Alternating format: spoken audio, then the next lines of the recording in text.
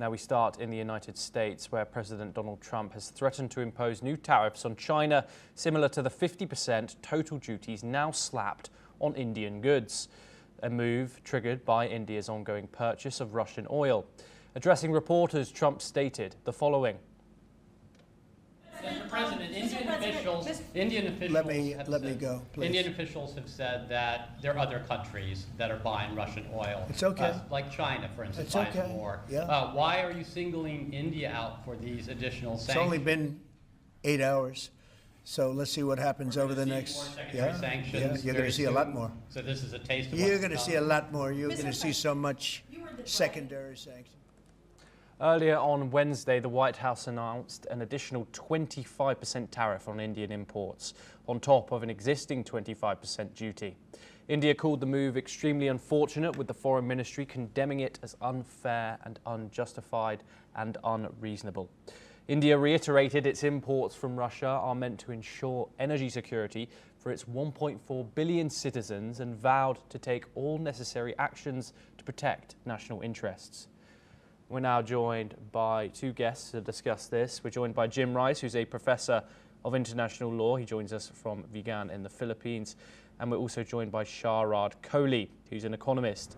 He joins us from New Delhi. Thank you very much, gentlemen, for joining us on this story. Jim, I wanted to start with you. What are your thoughts on Donald Trump imposing now a total 50% tariff on Indian imports and citing the purchase of Russian oil by New Delhi in order to impose a total 50% levy on something that New Delhi considered a close friend? Thanks for having me on, Thomas. It's always good to talk to you. Before I try to answer your excellent question, I think it's important for us to understand that the United States Constitution gives Congress the authority and the power to impose tariffs. And essentially what Trump has been doing since the beginning of his administration is to usurp this power. He's been doing it under some kind of vague fig leaves. But essentially, it's unconstitutional.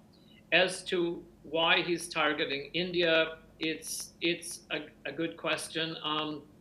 Perhaps your other guest is better prepared to answer that question. But it would seem that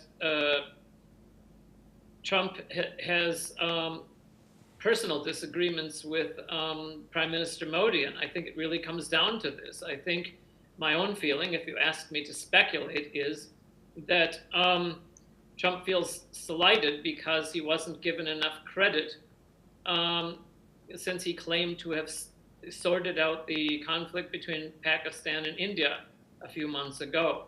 But obviously this is not helpful, and I don't know how it will end. Essentially, though, Trump is called Taco. Trump always chickens out for a good reason, so he may delay this.